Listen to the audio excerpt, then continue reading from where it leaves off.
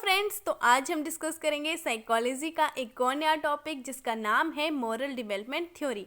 और इससे जो है पेपर में ज़रूर क्वेश्चन पूछा जाता है। तो चलिए शुरू करते हैं आज का टॉपिक मोरल डेवलपमेंट थ्योरी, जिसे हम नैतिकता का सिद्धांत भी कहते हैं। ये थ्योरी जो है वो लॉरेंस कोहलबर्ग द्वारा दी गई है। नेक्स्ट है Kohlberg was a American psychologist. Kohlberg एक अमेरिकन मनोवैज्ञानिक थे। अब इस थ्योरी को पढ़ने से पहले हम ये पढ़ेंगे कि नैतिकता होती क्या है। Morality refers to the principle concerning the distinction between right and wrong and good and bad behaviour. नैतिकता का तात्पर्य सही और गलत के बीच से संबंधित सिद्धांतों से है, अच्छे और बुरे व्यवहार से है। यह एक ऐसे सिद्धांत हैं जो कि इंसानों द्वारा बनाए गए हैं और जो हमें बताते हैं कि क्या सही है और गलत क्या है। हमें सही और गलत की जो पहचान है वो हमें इन्वायरमेंट और सोसाइटी के द्वारा जो बनाए गए सिद्धांत हैं उनसे होती है। जैसे चोरी करना गलत बात है, हमें जो है बड़ों का आदर करना चाहिए। तो ये हमें जो सिद्धांत बनाए गए हैं हमें इनसे पता चलता है कि क्या चीज़ सही है और क्या गलत है। इसी को हम नैतिकता कहते हैं। नेक्स्ट है मोरल रीजनिंग, जिसे हम नैतिक तर्क भी कहते हैं। It is the process by which we take a moral decision. यह एक प्रक्रिया है जिसके द्वारा हम नैतिक निर्णय लेते हैं। इसका मतलब है कि सही और गलत के बारे में डिसीजन लेने की प्रक्रिया को ही हम मोरल रीजनिंग कहते हैं। हम जो है राइट या रॉन्ग में से किसी एक को चूज़ करते हैं, उसी को हम मोरल रीजनिंग कहते हैं। ये जो है हमारी कोग्निटिव मैच्योरिटी पर बेस्ड होती है और ये जो है एज के अकॉर्डिंग जो है चेंज होती रहती है। जैसे जैसे हमारी एज बढ़ती जाएगी हमारी जो मोरल रीजनिंग है ये चेंज होती जाएगी। जैसे 15 साल का बच्चा जो आज सोचेगा वही जो है 25 साल में वो वैसे नहीं सोच पाएगा। तो मोरल रीजनिंग हमारी कोग्निटिव मैच्योरिटी पर डिपेंड करती है, बेस्ड है। नेक्स्ट है Kohlberg was inspired by Jean पियाजे। जो कोहलबर्ग थे ये जीन पियाजे से प्रेरित थे। जैसे कोग्निटिव डेवलपमेंट जो है वो अलग अलग स्टेजेस से गुजरती है, उसी तरह जो है मोरल डेवलपमेंट भी अलग अलग स्टेजों से गुजरती है। मोरल जो कोग्निटिव डेवलपमेंट थी वो 4 स्टेजेस में डिवाइड की थी और जो हमारी कोहलबर्ग है इन्होंने जो है 3 लेवल्स दिए हैं मोरल डेवलपमेंट के। नेक्स्ट है हिंज डायलेमा। अब इस थ्योरी को समझाने के लिए जो कोहलबर्ग हैं उन्होंने एक एक्सपेरिमेंट किया और उसके थ्रू बच्चों से फिर क्वेश्चन किए। डायलेमा का मतलब होता है दुविधा। इस स्टोरी में जो है एक व्यक्ति जो है एक दुविधा में था, तो उसे क्या करना चाहिए ये इसमें बताया गया है। इस स्टोरी में जो है एक व्यक्ति था जो कि बहुत ही गरीब फैमिली से था और उसकी वाइफ जो है बहुत ज़्यादा बीमार थी। अब वो उसको हॉस्पिटल लेके आता है और डॉक्टर ने कहा कि इनको बचाने के लिए एक ही दवाई है जो कि आपको केमिस्ट की दुकान पे बाहर मिलेगी। एक ही दवाई थी वो जो कि केमिस्ट की दुकान पे मिलेगी। अब जो है ये व्यक्ति जो है केमिस्ट की दुकान पे जाता है और उस दवाई के बारे में पता करता है। तो अब केमिस्ट ने जो है उस दवाई का जो रेट था वो 10 गुना रखा था। क्योंकि 10 गुना इसलिए रखा था क्योंकि ये दवाई उसने ही बनाई थी और इतने सालों की जो मेहनत थी उसने की थी, इतने सारे पैसे उसने इन्वेस्ट किए थे, तो इसलिए इसने दवाई का जो रेट था वो उससे 10 गुना रखा था। अब वो जो व्यक्ति था वो एक गरीब फैमिली से बिलोंग करता था, तो अब उसके पास इतने पैसे नहीं थे कि वो उस दवाई को खरीद पाए। अब वो व्यक्ति उस केमिस्ट के पास जाता है और उसके पास उसको कहता है कि मुझे कम पैसों में दे दो, मैं आपको बाद में दे दूंगा। लेकिन उस केमिस्ट ने उसकी नहीं सुनी। फिर उसने क्या किया, उसी रात उसी केमिस्ट की दुकान से उस दवाई को चोरी कर लिया और अपनी वाइफ की जान को बचा लिया। तो इस थ्योरी में जो है, इस एक्सपेरिमेंट में जो है वो दुविधा क्या है कि उसे चोरी करनी चाहिए थी या अपनी वाइफ को मौत के मुंह में छोड़ देना चाहिए था। तो उसने किया कि उसने अपनी मोरल रीजनिंग के अकॉर्डिंग वो दवाई चोरी कर ली। यहाँ से जो है बच्चों की जो है मोरालिटी का, नैतिकता का जो पता चलता है। अब कुछ बच्चे कहेंगे कि जो है चोरी करना गलत बात है, उसे चोरी नहीं करनी चाहिए थी, अगर वो चोरी करता तो उसको जेल में डाल दिया जाता। चोरी उसने की और इससे क्या होता कि औरों पे नेगेटिव इफेक्ट पड़ेगा और बाकी लोग भी क्या करेंगे, क्राइम करने लग जाएंगे। और कुछ बच्चे कहेंगे कि नहीं, उसने अच्छा किया, चोरी कर ली और अपनी वाइफ की जान बचा ली। तो सभी ने जो है अपनी अपनी मोरल रीजनिंग के अकॉर्डिंग जो है वो आंसर दिए। तो मोरालिटी हमें जो है सही और गलत का जो है रास्ता बताती है। नेक्स्ट है जो ये मोरल डेवलपमेंट की थ्योरी है, इसमें जो है 3 लेवल और 6 जो स्टेजेस हैं इनकी बात की है। और जो हर लेवल है उसमें जो है 2 स्टेजेस हैं। आपको जो है ये याद रखना है, क्योंकि ये पेपर में क्वेश्चन पूछा जाता है कि मोरल डेवलपमेंट के जो लेवल हैं वो कितने हैं, उसकी जो है कितनी स्टेजेस हैं और उसके जो है हर लेवल में कितनी स्टेजेस हैं। तो आप इसको ऐसे याद रख सकते हो, जैसे 3 2 6, 3 के आगे आपके लेवल आगे, 2 क्या है, हर लेवल में 2 स्टेजेस हैं और 6 आपकी टोटल स्टेजेस आ गई। तो आप ऐसे याद रखना कि अल्फ़ाबेटिकली क्या आता है, एल पहले आता है और एस बाद में आता है। अल्फ़ाबेटिकली एल पहले आता है और एस बाद में आता है। 3 2 6, 3 लेवल आ गई, हर लेवल में 2 स्टेजेस आ गई और टोटल स्टेजेस हमारी 6 आ गई। नेक्स्ट है, अब सबसे पहली जो हमारी लेवल है वो है प्री कन्वेंशनल स्टेज, दूसरा हमारा लेवल है कन्वेंशनल स्टेज, तीसरा है हमारा पोस्ट कन्वेंशनल स्टेज। जो हमारा प्री कन्वेंशनल स्टेज है इसमें जो है बच्चों में जो नैतिकता है वो 0 के बराबर पाई जाती है। और जो हमारा कन्वेंशनल दूसरा जो लेवल है इसमें जो है सोशल नॉर्म्स और लॉ और ऑर्डर, इसमें जो है बच्चे जो है जो लॉ बनाए गए हैं, ऑर्डर बनाए गए हैं, उनको फॉलो करते हैं। नेक्स्ट है यूनिवर्सल प्रिंसिपल, थर्ड जो लेवल है हमारा वो है पोस्ट कन्वेंशनल लेवल, इसमें जो है यूनिवर्सल प्रिंसिपल और सेल्फ मेड प्रिंसिपल, इसमें जो है वो अब जो उसको सही लगता है वो करता है। नेक्स्ट है इसके जो है 3 लेवल और 6 स्टेजेस हैं। फर्स्ट लेवल को हम कहते हैं प्री कन्वेंशनल स्टेज, पूर्व परंपरागत कहते हैं। इसमें जो है पहली जो स्टेज है उसे ओबीडियंस और पनिशमेंट ओरिएंटेशन कहते हैं। सेकेंड स्टेज का नाम है इंडिविजुअलिज्म एंड एक्सचेंज। दूसरा जो हमारा लेवल है जिसे हम कन्वेंशनल कहते हैं, परंपरागत कहते हैं, परंपरागत अवस्था। जो हमारी थर्ड स्टेज है उसका नाम है इंटरपर्सनल रिलेशनशिप और जो हमारी फोर्थ स्टेज है उसका नाम है मेंटेनिंग सोशल ऑर्डर। जो हमारा थर्ड लेवल है उसका नाम है पोस्ट कन्वेंशनल, जिसे हम परंपरागत अवस्था कहते हैं। जो हमारी फिफ्थ स्टेज है उसका नाम है social contract and individual rights और जो हमारी सिक्स्थ स्टेज है उसका नाम है यूनिवर्सल प्रिंसिपल। तो आपको जो है इन तीनों लेवल्स के नाम भी याद करने हैं और ये जो हमारी 6 स्टेजेस हैं इनके भी आपको नाम याद करने हैं। ये जो है पेपर में डायरेक्ट क्वेश्चन पूछा जाता है कि कौन सी जो स्टेज है वो किस लेवल में पाई जाती है। अब हम 1 बाय 1 इनको डिस्कस कर लेंगे। सबसे पहले जो हमारा लेवल है वो है प्री कन्वेंशनल लेवल, जिसे हम पूर्व परंपरागत कहते हैं। ये जो है वो 3 से 7 वर्ष के बच्चों में होता है। इस लेवल में जो है नैतिकता बच्चों में शून्य पाई जाती है, उन्हें जो है सही और गलत का पता नहीं होता है 3 से 7 वर्ष के बच्चों में। अब इसमें जो है पहली स्टेज है हमारी ओबीडियंस एंड पनिशमेंट ओरिएंटेशन, आज्ञाकारिता और दंड अभिविन्यास। इसमें जो है बच्चा दंड से बचने के लिए जो है वो आज्ञा का पालन करता है। जैसे अगर टीचर उसको घर के लिए काम करने को देती है तो टीचर कहती है कि अगर तुमने काम नहीं किया तो तुम्हें पनिश किया जाएगा। या घर पे ही अगर मम्मी किसी छोटे बच्चे को 3 से 7 वर्ष के बच्चे को कोई काम देती है तो उसे कहा जाता है कि अगर तुमने ये काम नहीं किया तो तुम्हें मार पड़ेगी। तो बच्चा जो है दंड से बचने के लिए बच्चा जो है आज्ञा का पालन करता है। नेक्स्ट है हमारा इंस्ट्रूमेंटल ओरिएंटेशन। इसका दूसरा जो नाम है individualism and exchange personal reward orientation. बाघ अभिविन्यास या व्यक्तिवाद और विनिमय व्यक्तिगत पुरस्कार अभिविन्यास।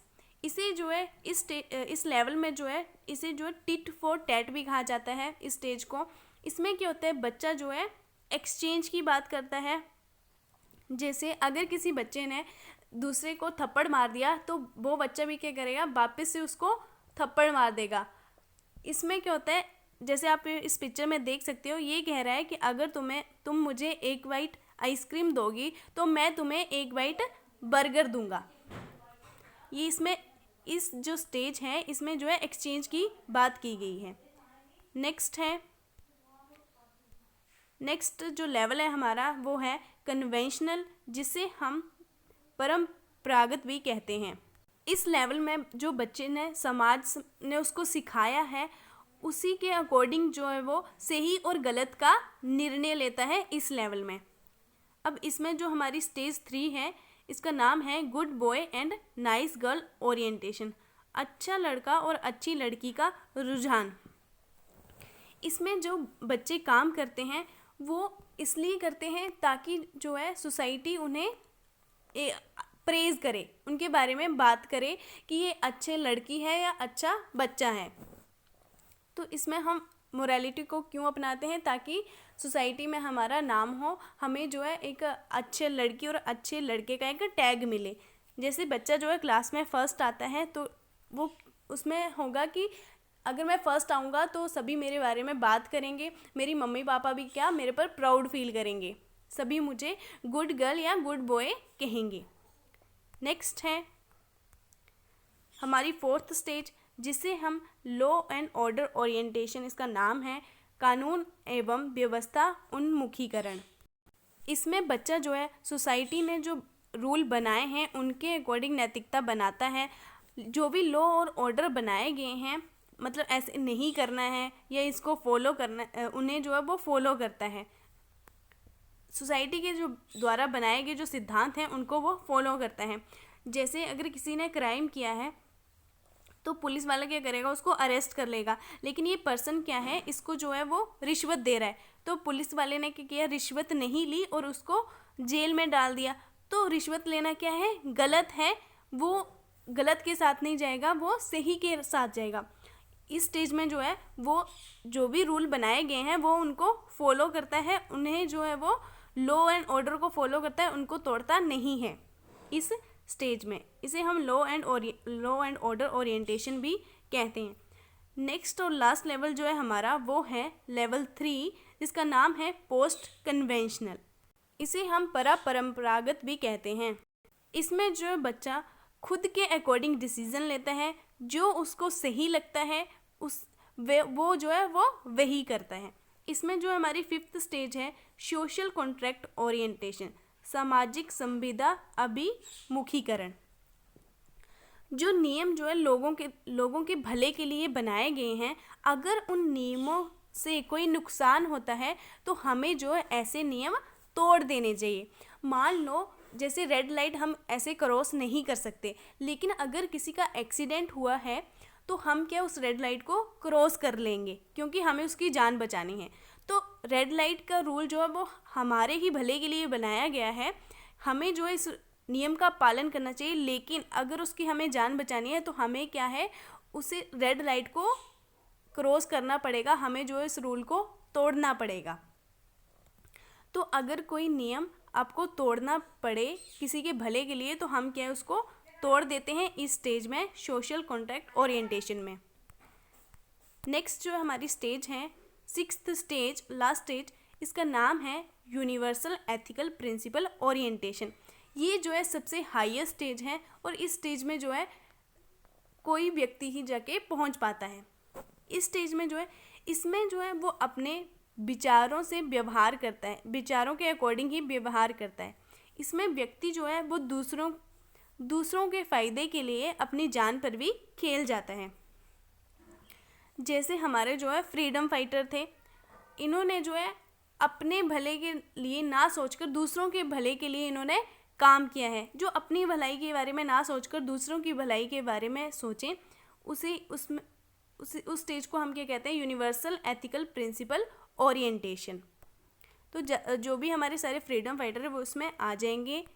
क्योंकि इन्होंने जो है अपनी भलाई ना सोचकर हमारे देश के बारे में सोचा। ये थी हमारी मोरल डेवलपमेंट की थ्योरी। अब जो है हम इससे रिलेटेड जो है कुछ क्वेश्चन डिस्कस करेंगे।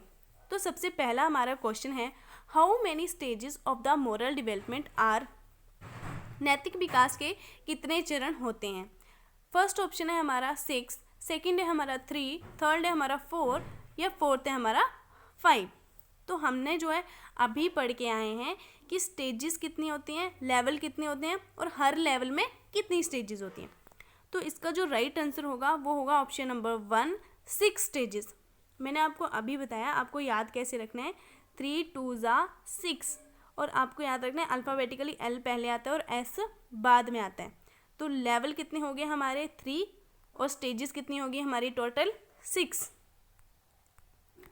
नेक्स्ट क्वेश्चन है हमारा question number 2, how many stages of moral development are there in each level? प्रत्येक स्तर में नैतिक विकास के कितने चरण होते हैं? ऑप्शन 1 है 6, ऑप्शन 2 2, ऑप्शन 3 4 या ऑप्शन 4 3। तो हमसे पूछा है कि कितने हर स्टेजेस में जो है वो कितने लेवल होते हैं। सॉरी, हमसे पूछा है कि हर लेवल में कितने स्टेजेस होते हैं। तो हर लेवल में जो है वो 2 स्टेजेस होती हैं। हमने क्या पढ़ा कि प्री कन्वेंशनल में कितनी स्टेज थी? 2 थी। कन्वेंशनल में भी कितनी थी? 2 स्टेजेस थी।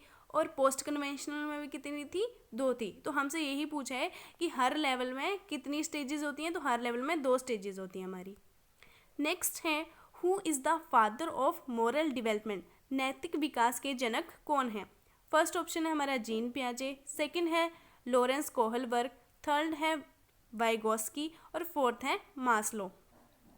तो जो हमारे जीन पियाजे थे उन्होंने कोग्निटिव डेवलपमेंट के बारे में, कोग्निटिव डेवलपमेंट की थ्योरी दी है और इन्हें फादर ऑफ चाइल्ड साइकोलॉजी भी कहा जाता है। थर्ड है हमारे वाइगोस्की, तो इन्होंने जो है सोशल कल्चरल थ्योरी दी है, सोशल कल्चरल थ्योरी, जिसे हम सामाजिक सांस्कृतिक सिद्धांत भी कहते हैं।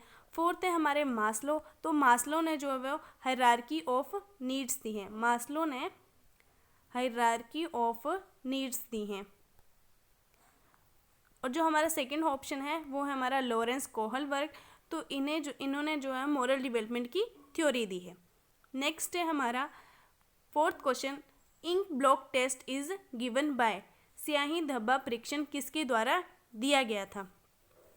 तो ये क्वेश्चन जो है मैंने आपको दिया था और आई होप आपने इसका आंसर भी ढूंढ लिया होगा।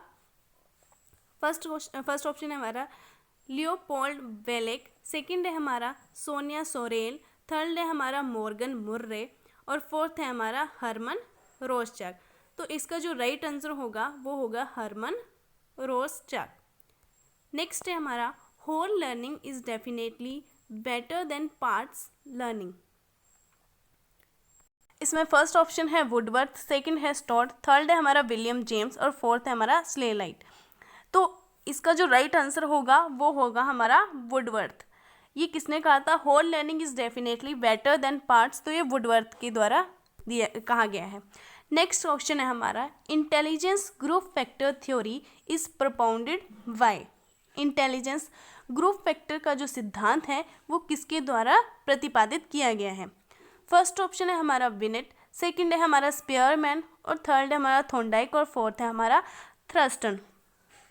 तो जो हमारे विनेट थे इन्होंने जो है वो सिंगल फैक्टर थ्योरी दी है इंटेलिजेंस की, और जो हमारे स्पीयरमैन थे इन्होंने जो है वो 2 फैक्टर थ्योरी दी है इंटेलिजेंस की, और जो हमारे थॉर्नडाइक हैं इन्होंने जो है वो ट्रायल एंड एरर थ्योरी दी है।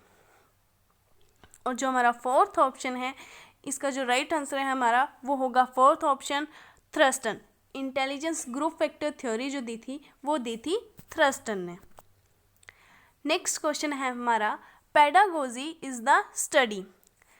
शिक्षा शास्त्र अध्ययन है। फर्स्ट ऑप्शन है हमारा एजुकेशन, सेकंड है हमारा गाइडिंग स्टूडेंट, विद्यार्थियों का मार्गदर्शन करना, थर्ड है हमारा लर्निंग प्रोसेस, सीखने की प्रक्रिया, और फोर्थ है हमारा टीचिंग मेथड, शिक्षण विधियों। तो इसका आंसर जो है आप लोग दोगे कमेंट बॉक्स में, और इसका राइट आंसर मैं आपको नेक्स्ट वीडियो में दे दूंगी। नेक्स्ट है हमारा, आज के लिए इतना ही। आज हमने मोरल डेवलपमेंट थ्योरी के बारे में डिस्कस किया। Okay, thank you.